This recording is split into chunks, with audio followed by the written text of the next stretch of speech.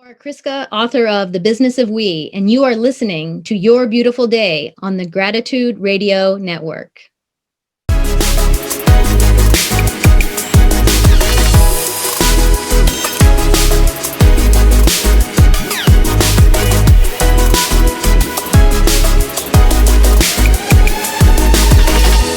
Guys, it's Jennifer Hall, Mother of Gratitude, and you're listening to Your Beautiful Day on the Gratitude Radio Network. We hope that you are having a beautiful day today, full of gratitude everywhere you go.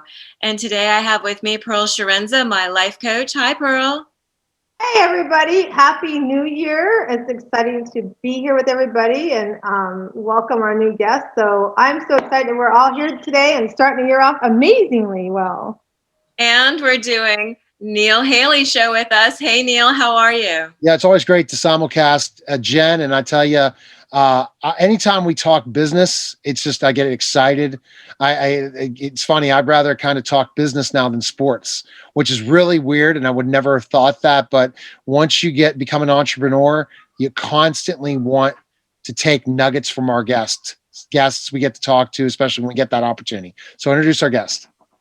And so we have today, I am so excited because this is the business of we, and this is the business of Laura Kriska today. And we're so happy to have you on our show. Laura, how are you doing? Thanks, Jen. I'm delighted to be here. I'm really excited about a new year. Yes, we all want 2021 to come. So, it's kind of like that process.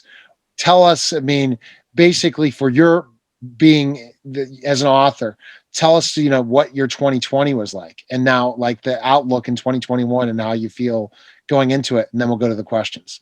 Sure. Well, 2020 was rough for all of us in different ways. And I didn't know it at the time. I was finishing the writing of The Business of We, which is all about bridging us versus them divides. And when I started this book, I knew there were many us versus them divides in the workplace and beyond.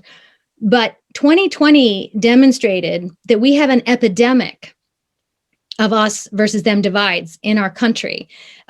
Events recently have demonstrated that in an extreme fashion. So I feel like there's really no better time to be thinking about how to narrow gaps and how to bridge various culture gaps in the workplace and beyond. And that's what my book, The Business of We, is all about. And it's out tomorrow, January 12th. I'm so excited because I had the idea for this 10 years ago. And it's taken me all this time, in part because I have 3 kids who were then 8, 5, and 2 years old. But I'm so excited that the book is launching and that I can share this message, because I think a we building mindset, a we building culture is what we really need in 2021. I couldn't agree with you more. And I understand.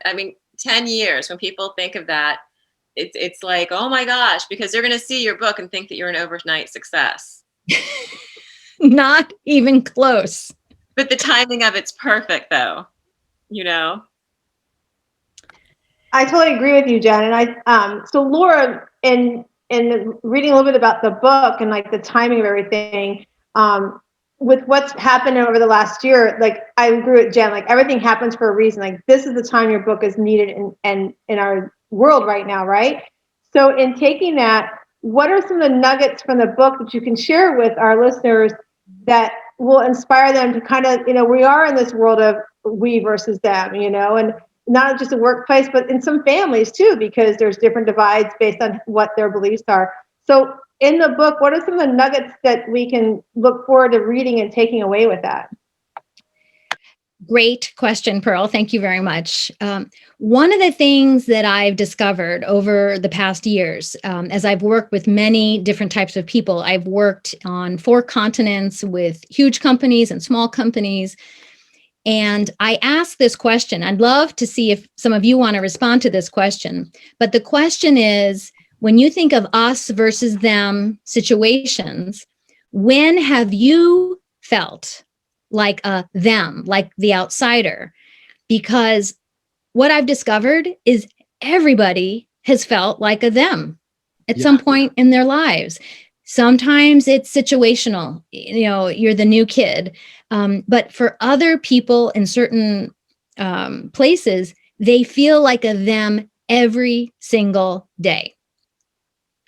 Does anybody want to respond to my question? That can happen all the time in the specific things if you don't agree with specific circumstances, especially as a journalist getting to interview both sides all the time and really try to be fair and balanced, unlike people say fair and balanced, that I've noticed, if I have a differing opinion or I feel that that's really not, I just try to stay even keel and just continue the conversation and find common ground.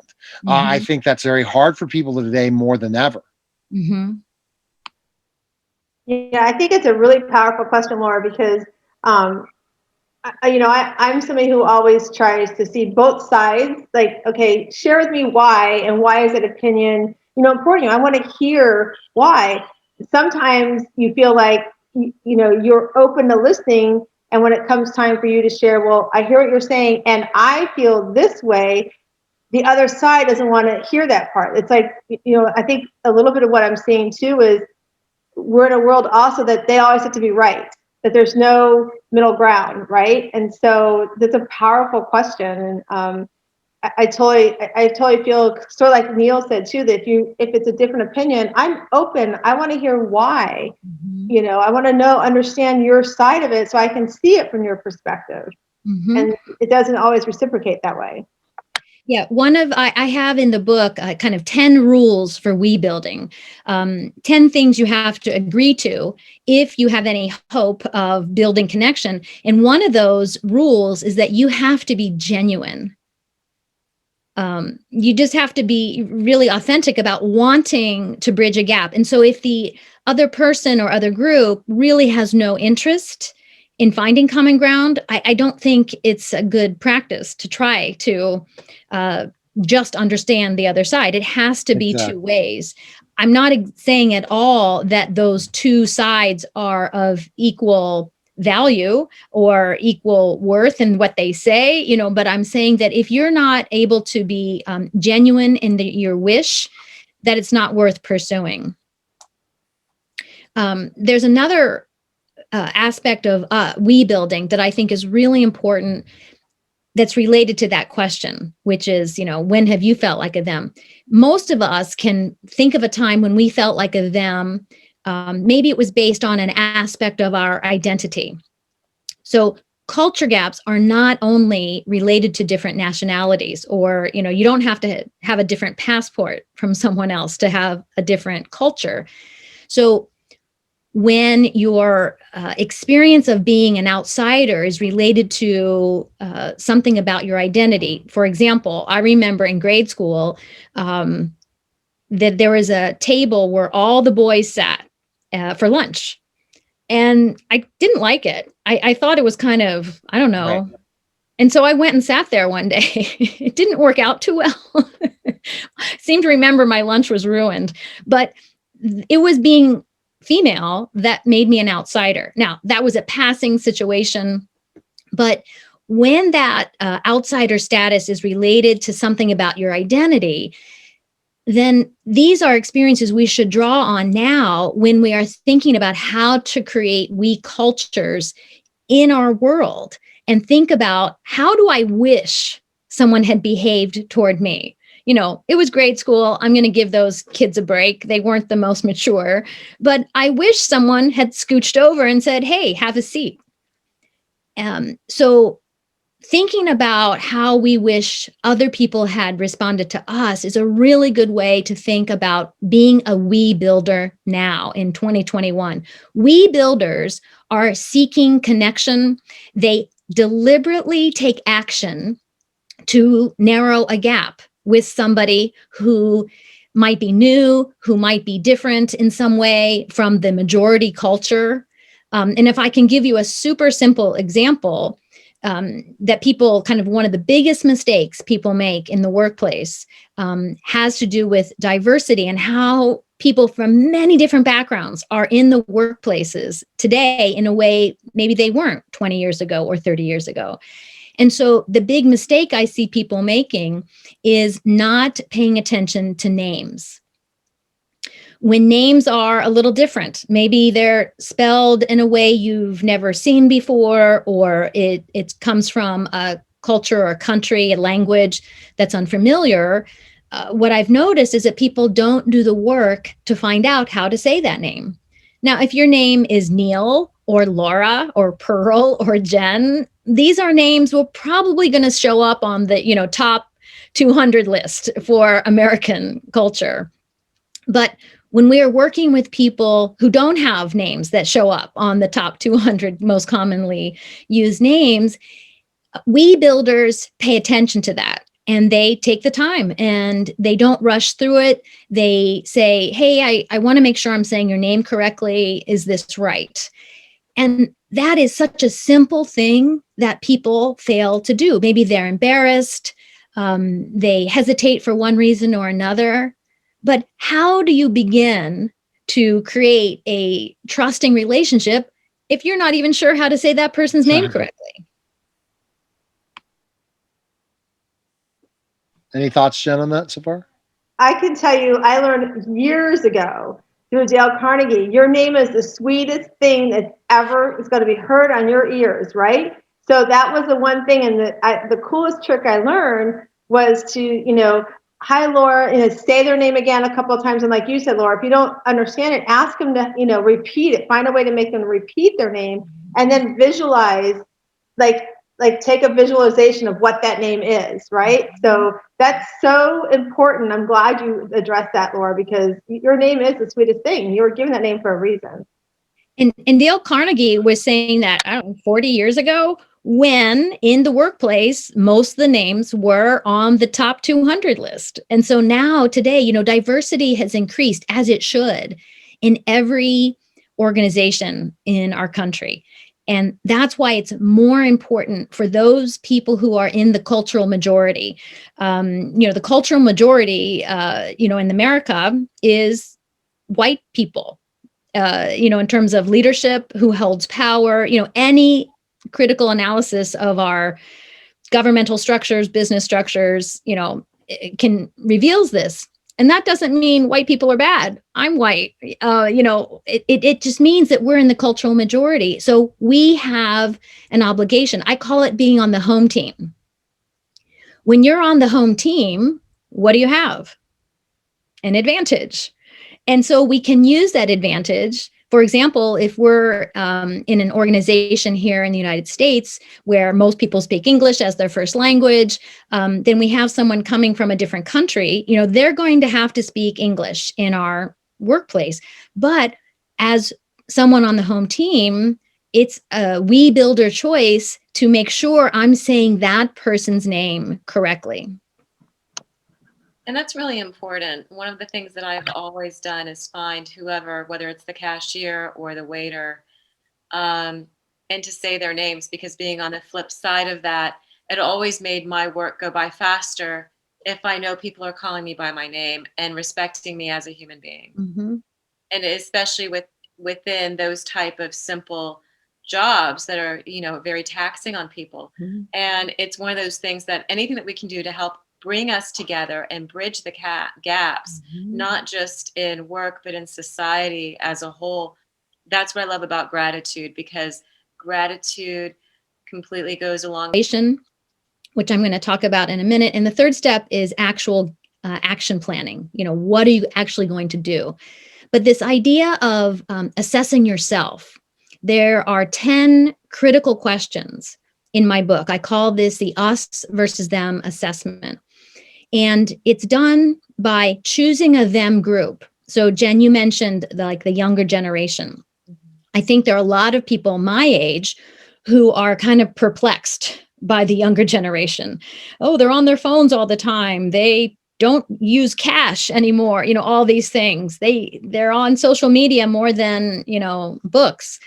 And so rather than feeling intimidated by this, someone my age could use the us versus them assessment, these 10 simple questions, to challenge my own level of interaction with people from that culture, that generational culture. So generation can be the definition of a culture gap.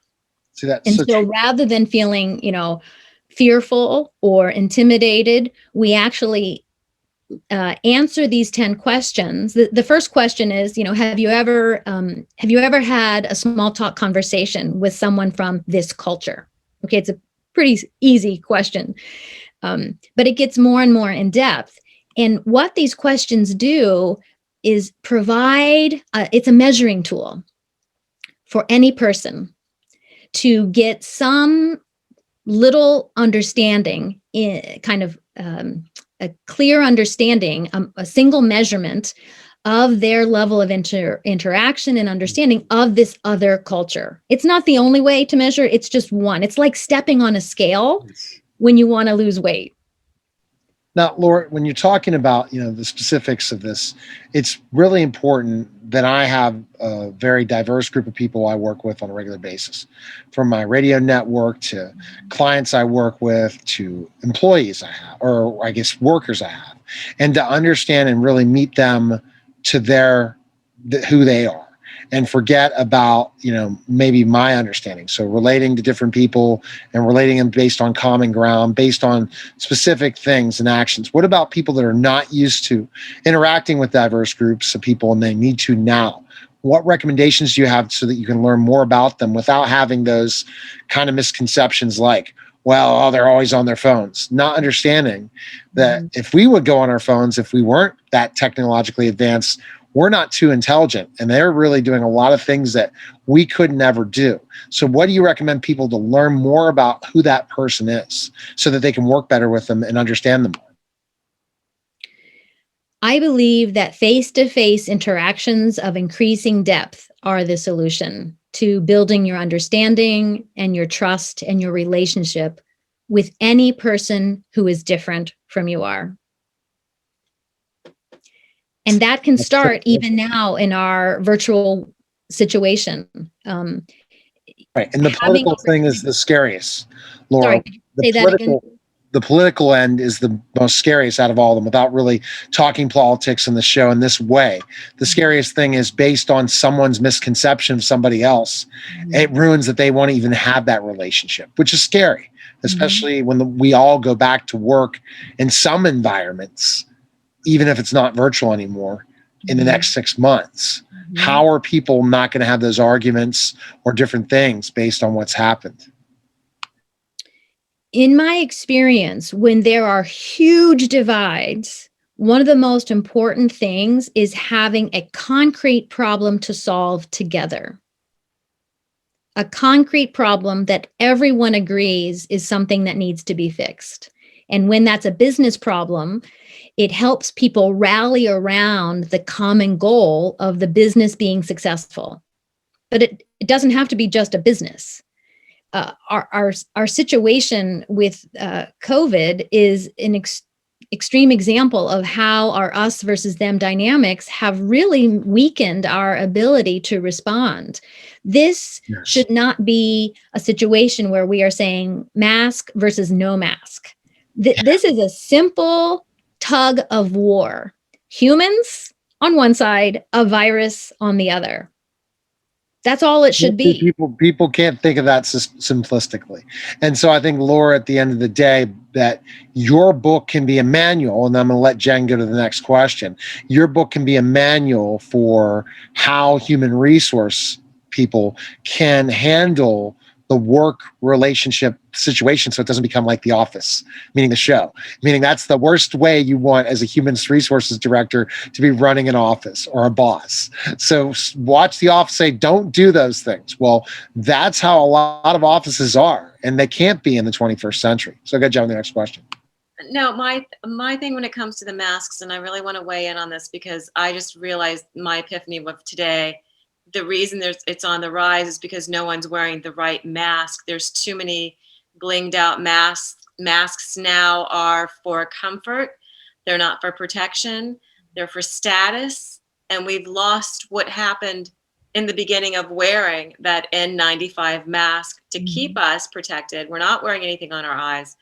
I'm sanitizing elevators and at my building. And there's a lot that we're missing on that part of it. So that's my 2 cents.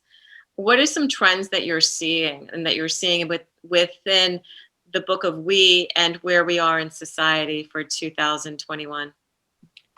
Well, I'll tell you, Jen, when I work with organizations, what I find is really inspiring, which is this. Most people I'm encountering want to make things better. They want things to improve. And when given an opportunity to step up, to reach out to someone else, they do it, and they do it quite happily. And this is where I think the business side of the business of We is really important. Finding ways to inspire people to take action is critical.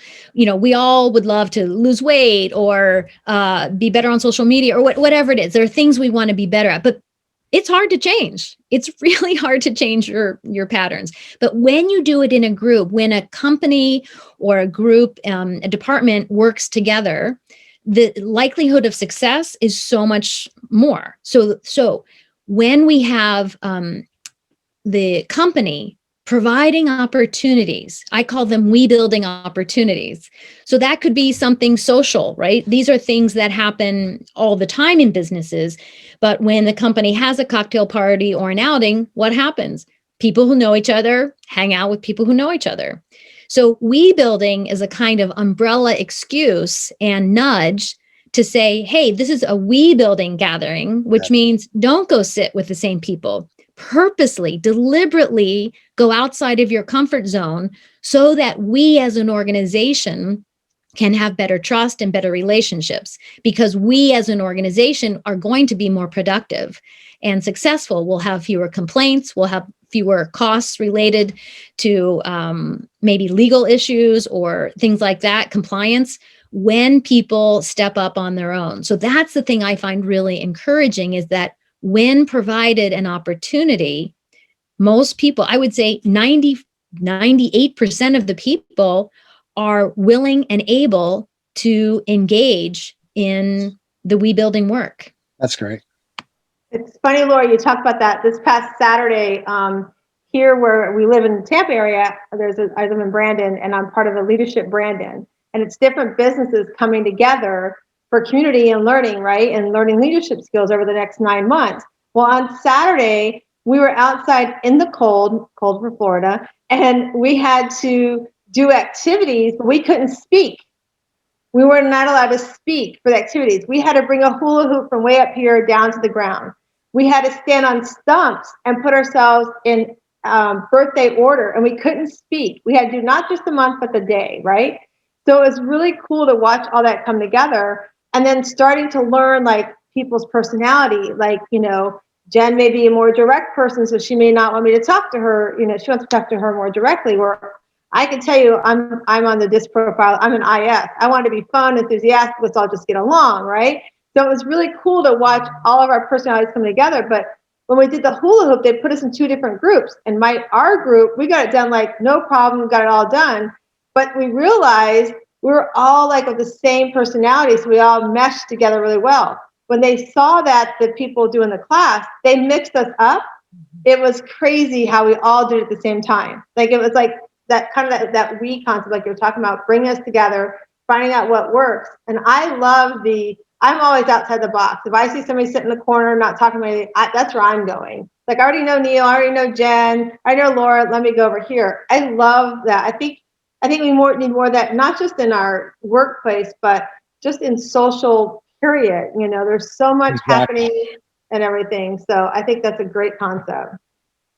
And one of the things I'm seeing the business of We and networking is through Clubhouse. And I'm not getting paid for this, but ultimately at the end of the day, you wouldn't believe diverse people of different backgrounds all interacting together and networking for a common goal to help their overall brand of their business is happening on Clubhouse. So, like, for example, where there are people in their 20s and 30s talking to me, or vice versa. And it's just a great thing. And I think that I wish we all can get along like that. So what is the ultimate goal of your book, Laura? I think for sure you've not told us what you do, but I think this book is a definite manual for different HBAR organizations and different things to kind of take a checklist to see where they're at as an organization. But what is your ultimate goal of the book? Well, Neil, I have a simple goal, which is to create a we building revolution that inspires people to take action to create a safer, more welcoming, and productive world. But I that. cannot do this That's alone. a perfect mission statement. I love it. That's exactly it. So how do you create that we revolution? What do you envision as as a person thinking branding and things like that? Where do you envision with this? I think it starts with individuals looking inward and thinking about their own choices in life. I have been engaged in this process in relation to many cultural groups, and really being honest with my own choices and the way I live, and thinking about what alterations to those choices I can make to make it both more diverse and more inclusive, like actively inclusive, more than just proximity to people who are different than me, but building resilient relationships that can be transformative. So, what I often do is, if I'm working with individuals, I will talk to them about what are the kind of other groups, the them groups that are relevant to their lives. And I ask them to take the us versus them assessment and then build an action plan. When I'm working with organizations, which is primarily what I do, we think about a we building campaign, how to build a we building campaign. I do not have a one size fits all approach. Okay. And I genuinely believe that organizations themselves have almost everything they all need. They have almost everything they need already. That to increase the inclusion, they don't have to spend any money. Because what you really need and what has been missing in the American corporate experience is going back to that genuine interest and then honesty. Honesty to reflect on your own choices and be willing to engage in conversations, relationship building that you've not done in the past. So when organizations are open and want to engage in this, I advise them on building a we building campaign. Sometimes I go in and do exercises, somewhat like Pearl is describing. One day I hope to be back to that. I haven't done it for almost a year now. But there's so many things that can be done now, even when we are working from home.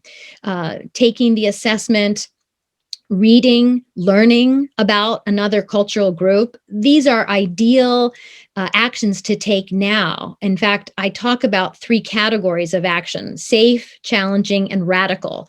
And safe actions are things you do in private. There's no vulnerability required. And these are great choices for now that I hope people will take. Okay, fantastic. All right, Jenn, we're getting close to closing it out. I know you have your favorite question to ask our guest, and then we could go right into the final. Thank you. I appreciate that. Thank you, Laura. I love the fact that you want to change the world too, because I believe everybody has gifts in their life. And when you open one, there's another one waiting. And some of the gifts are actually not within us, but through other people. So I really hope that your way of thinking and writing transcends into the world so that we can make it a better place and we can bring people together so that it's not an us versus we mentality. One of the things I always ask our guests is, what was your gratitude moment in coming up with this? Did you have along your journey a gratitude aha moment? That's such a good question.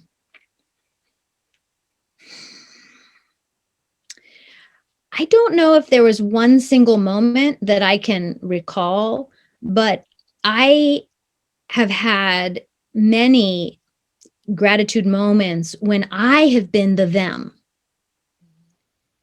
I lived and worked in Japan for many years, and I wrote a book years ago called The Accidental Office Lady about being the first American woman to work in Honda Motor Company's Tokyo headquarters. And I was one American woman working among thousands of Japanese people. And many of them welcomed me actively. It was we building before I knew to call it we building.